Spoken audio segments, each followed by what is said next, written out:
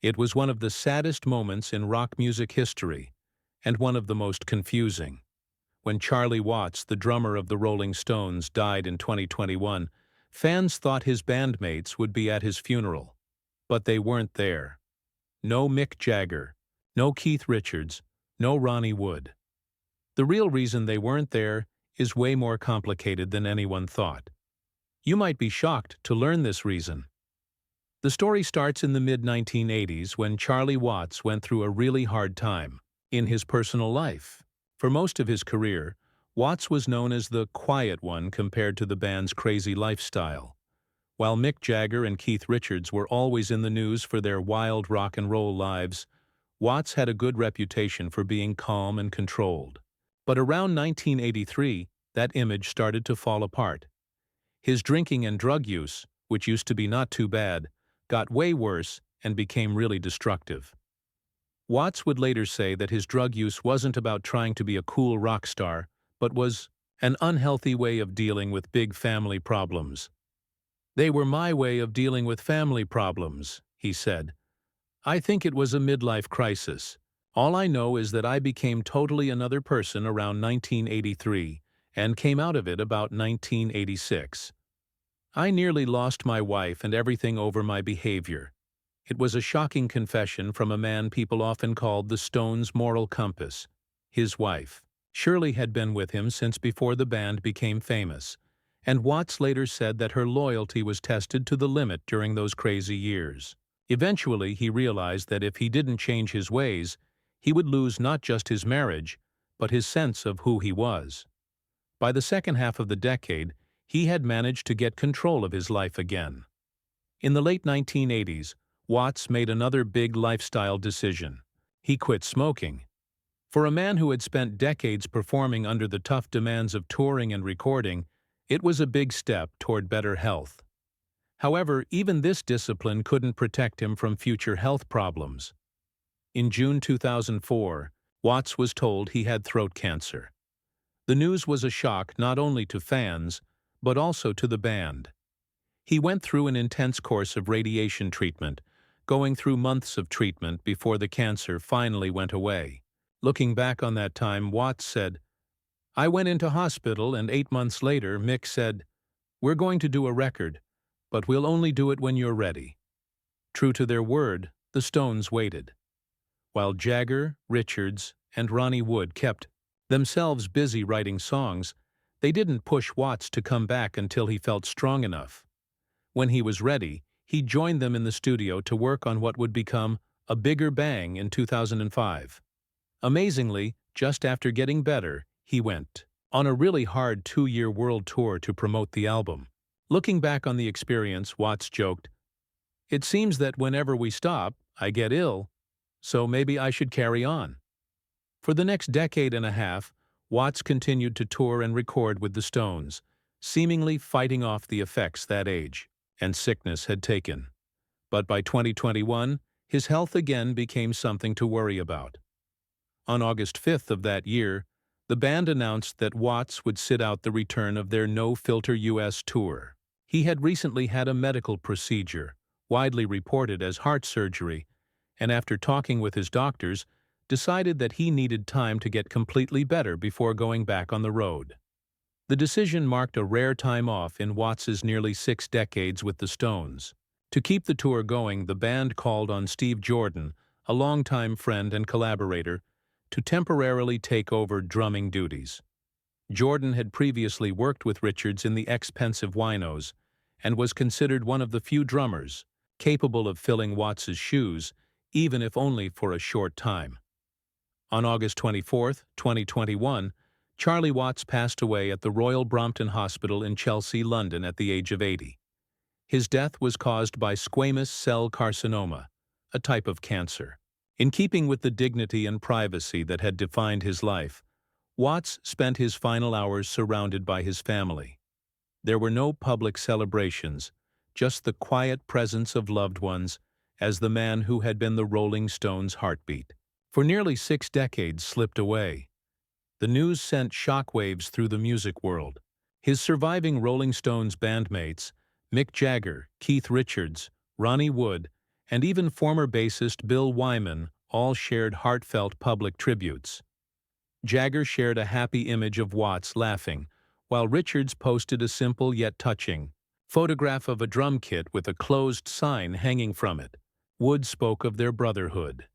And Wyman, who had left the Stones decades earlier, remembered Watts as a beautiful man. Beyond the Stones, the outpouring was huge. Rock legends and musical peers expressed their sadness and admiration. Paul McCartney and Ringo Starr of the Beatles, Elton John, Brian Wilson, Pete Townshend, Nick Mason, Roger Daltrey, the members of U2, Bryan Adams, Liam Gallagher, Brian May, Roger Taylor, Kenny Jones, Chad Smith, Questlove, Peter Criss, and Max Weinberg were among the many who saluted Watts's artistry and character. To them, he wasn't just a great drummer. He was a gentleman of rock, a rare combination of skill, humility, and grace. The Rolling Stones' official website became a digital shrine. For 10 days, every page was replaced with a single black and white image of Watts. No words, no navigation, just his presence. It was a powerful, silent tribute. 2 days after his death, musicians Jason Isbell and Brittney Spencer dedicated a live cover of "Gimme Shelter" to Watts, a reminder of how far his influence reached beyond the Stones' own catalog. Then on August 27th, the band's social media shared a moving video tribute, a collection of photographs and rare film clips set to the Stones' 1974 track, "If You Can't Rock Me," a song that opens with the lines, "The band's on stage and it's one of those nights. The drummer thinks that he is dynamite. Oh yeah." For longtime fans, the choice was perfect. It captured both his quiet power and the knowing humor behind his stage presence. Watts's funeral was a small private affair. He was laid to rest in Devon, far from the world's cameras, in keeping with his lifelong dislike of spectacle. The celebrations of his life, however, continued. In October 2022, an authorized biography of Watts was released, offering a deeper glimpse into the man behind the drums. On the first anniversary of his passing, Mick Jagger posted what Rolling Stone magazine called a moving tribute on social media, pairing old images of Watts with Jagger's own voiceover and the Stones song "Till the Next Goodbye." On June 2, 2023, which would have been Watts's 82nd birthday, his estate launched official Facebook and Instagram accounts. In a statement, the family explained that Charlie was too modest to embrace social media in his lifetime, but hoped fans would use the platforms to celebrate his huge musical contribution to the world of rock and roll, blues and jazz, and the wonderful man known and loved to millions of fans around the world. Even in death, Watts's legacy extended beyond music. In September 2023, it was announced that his private book collection would go to auction. Among the treasures was a signed first edition of The Great Gatsby, expected to sell for between £200,000 and £300,000, showing his refined personal tastes. Then in January 2024, another unique chapter in his legacy unfolded when the Bayeux Museum in France revealed that it had acquired a life-size replica of the Bayeux Tapestry from Watts's estate, purchased for £16,000. It was a reminder that Watts, ever the quiet connoisseur, had collected not only music, but also history and art. And here comes the most anticipated part: the real reason why the Rolling Stones didn't attend Charlie Watts's funeral. It is known that at the time of his death, the Rolling Stones were already in Boston, completely focused on the final rehearsals for their long-delayed No Filter US tour. This was not a casual run-through. It was a massive operation involving stage crews, lighting planning teams, sound engineers, and months of precise planning. Every element from pyrotechnics to video projections was locked into a tightly coordinated schedule. Canceling or even pausing at that point would have created a ripple effect of delays and financial losses, affecting hundreds of people who depended on the tour for their jobs. The band also felt a deep responsibility to their fans. The tour had already been postponed once due to the COVID-19 pandemic, and ticket holders had waited patiently for over a year. Another delay would have been a major blow not only to the Stones' reputation, but also to the spirits of their audience, many of whom had been holding on to their tickets since 2019. International travel restrictions in August 2021 made the situation even more complicated. Flights from the United States to the UK came with strict quarantine requirements. Anyone arriving in Britain faced mandatory isolation, and upon returning to the US, there were similar rules in place. For Mick Jagger, Keith Richards, or Ronnie Wood to fly to Devon for Watts' funeral would have meant spending weeks in quarantine, time they simply didn't have. The risk was that the entire tour could have been cancelled before it even began. Health and safety were also at the front of their decision. The Delta variant of COVID-19 was spreading rapidly at the time, and any unnecessary exposure, particularly in crowded travel settings or gatherings, could have sidelined key members of the crew or band. The Stones had worked hard to maintain a protective bubble around their touring party. Breaking that bubble, even for something as important as a funeral, risked derailing the tour and endangering the well-being of everyone involved. Beyond the logistics, there was another factor, one rooted in who Charlie Watts was as a person. He had always valued privacy and disliked unnecessary spectacle. His funeral in Devon reflected those values. Small, low-key, and attended only by close family and a few close friends.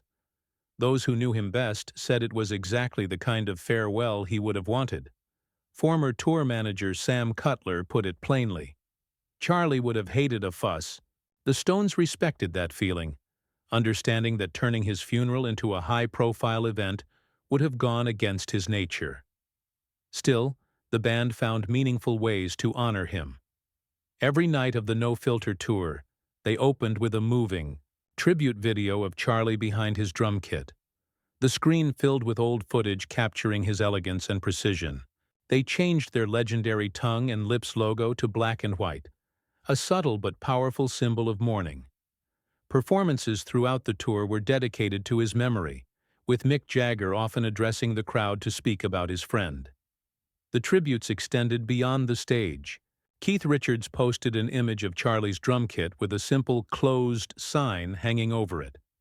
A stark, wordless message that spoke volumes. Mick Jagger shared a photo of Watts smiling warmly, a reminder to fans of the quiet joy he brought to the band. These gestures were not grand or overly theatrical. Instead, they were in keeping with Charlie's understated style, ensuring that the farewell resonated with millions of fans around the world. Now let's look back at the time Charlie Watts got involved with his band. In mid-1962, a young Charlie Watts, already a respected drummer in the London jazz scene, crossed paths with a group of aspiring rhythm and blues musicians who would soon change the course of rock history. At the time, Watts was a familiar face in the city's club circuit, particularly in venues that catered to the growing British fascination with American blues. It was in this world that he first met Brian Jones, Ian "Stu" Stewart, Mick Jagger, and Keith Richards, all of whom were also regulars in London's rhythm and blues clubs. While there was instant musical chemistry, Watts didn't join their beginning band right away. In early 1960s London, he was already earning a steady paycheck from his gigs, a luxury for a working musician, and the Stones simply couldn't match it.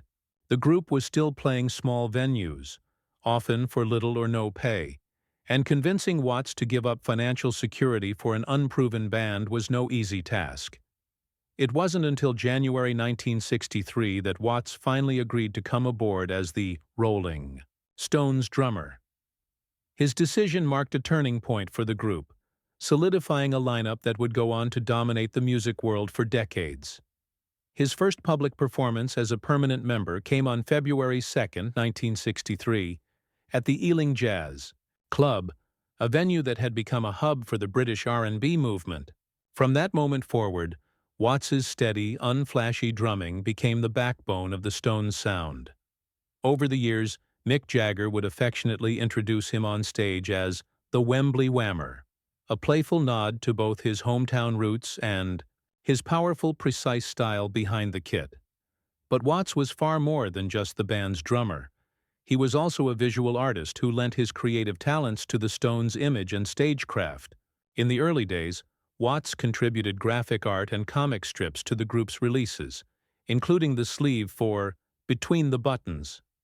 He also masterminded one of the band's most memorable publicity stunts, the 1975 tour announcement press conference in New York City. Instead of facing reporters in a traditional setting, the Stones shocked everyone by rolling down Fifth Avenue on the back of a flatbed truck playing Brown Sugar in the middle of Manhattan traffic. The spectacle was Watts's idea, inspired by the way New Orleans jazz bands would promote their shows with street performances. His artistic influence extended to the design of the Stones' elaborate touring stages. Working closely with Jagger, Watts helped think up and execute some of the most ambitious stage designs in rock history. His contributions began with the lotus-shaped stage for the 1975 Tour of the Americas, and continued through later productions such as the Steel Wheels Urban Jungle Tour, the Bridges to Babylon Tour, the Licks Tour, and the A Bigger Bang Tour. Each was a massive technical feat, blending music with theater in ways that would inspire future generations of live performers. Watts's professional discipline was legendary. Over his decades with the Stones, he never missed a single concert, a record that spoke volumes about his reliability and dedication. His final live performance with the band took place on August 30, 2019, at Hard Rock Stadium in Miami, Florida, closing out the No Filter tour before the COVID-19 pandemic brought live music to a halt. Alongside Jagger and Richards, Watts was one of the only members to appear on every album in the Rolling Stones discography, further cementing his status as an irreplaceable part of the band's core identity. His drumming wasn't flashy, but it was precise, economical, and perfectly in service to the song, a quality that many credited as the secret to the Stones' enduring groove. Even after his death in 2021, his presence was still felt in the Stones' music. In October 2023, the band released Hackney Diamonds, their first studio album in 18 years. Among its tracks were two songs, Mess It Up and Live by the Sword, featuring Watts on drums. These recordings, completed before his passing, served as a bittersweet reminder of his timeless touch and his unshakable role in shaping the sound of one of the greatest rock bands of all time. Are you curious about Charlie Watts's personal life? On October 14, 1964, Charlie Watts married Shirley Ann Shepherd, September 11, 1938, December 16, 2022, the woman who had captured his heart even before he joined the Rolling Stones. Their courtship happened before the band's meteoric rise, and Shirley would remain a steady presence throughout the whirlwind years of rock and roll fame that followed. Unlike many of his contemporaries whose relationships were often tumultuous and heavily publicized, Watts maintained a private, deeply committed marriage. He often credited Shirley with keeping him grounded, providing a stable anchor amid the chaos of touring, recording, and the rock lifestyle. The couple had one daughter, Serafina, born in March 1968, who later gave birth to Watts's only grandchild, a girl named Charlotte. Watts cherished his family and valued the privacy of his domestic life above all else. While the media and fans often focused on the glamour and excesses of his bandmates, Watts consistently kept his personal life out of the spotlight, reinforcing his image as a reserved, introspective figure who preferred the quiet pleasures of home over celebrity attention. The marriage endured for 57 years, a remarkable feat in any era, and particularly notable given the pressures of fame. Watts and Shirley's enduring partnership was rooted in mutual respect, shared interests, and a deep understanding of each other's personalities. Even during the height of the Stones' success, the couple managed to keep their home life separate from the demands of the band, creating a sanctuary where Charlie could unwind and reflect. Their home, Helsden House, was located near Dolton, a rural village in North Devon. The property was more than just a residence. It was a reflection of Watts's love for nature and animals. Here he ran an Arabian horse stud farm, a passion that offered him both solace and creative satisfaction. The stud farm allowed him to immerse himself in the care and breeding of horses, an interest far removed from the frenetic world of rock music. Friends and colleagues often remarked that this part of his life revealed a side of Watts rarely seen on stage: meticulous, patient, and quietly joyful. In addition to his rural pursuits, Watts was financially smart and had a stake in the Rolling Stones' corporate entities, ensuring that his involvement extended beyond performance into the business side of the band.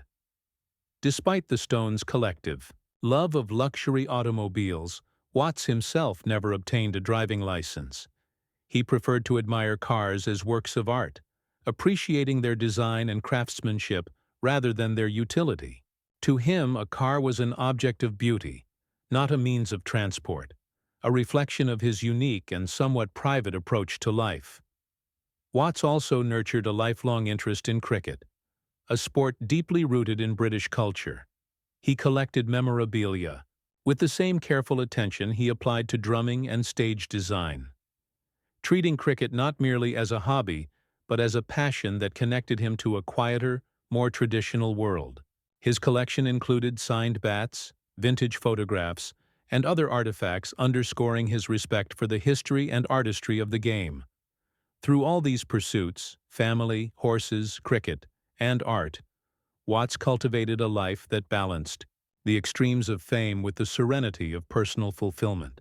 While the Rolling Stones played to stadiums filled with tens of thousands of fans, Watts retreated to his North Devon estate, surrounded by the rhythms of nature and the quiet loyalty of family.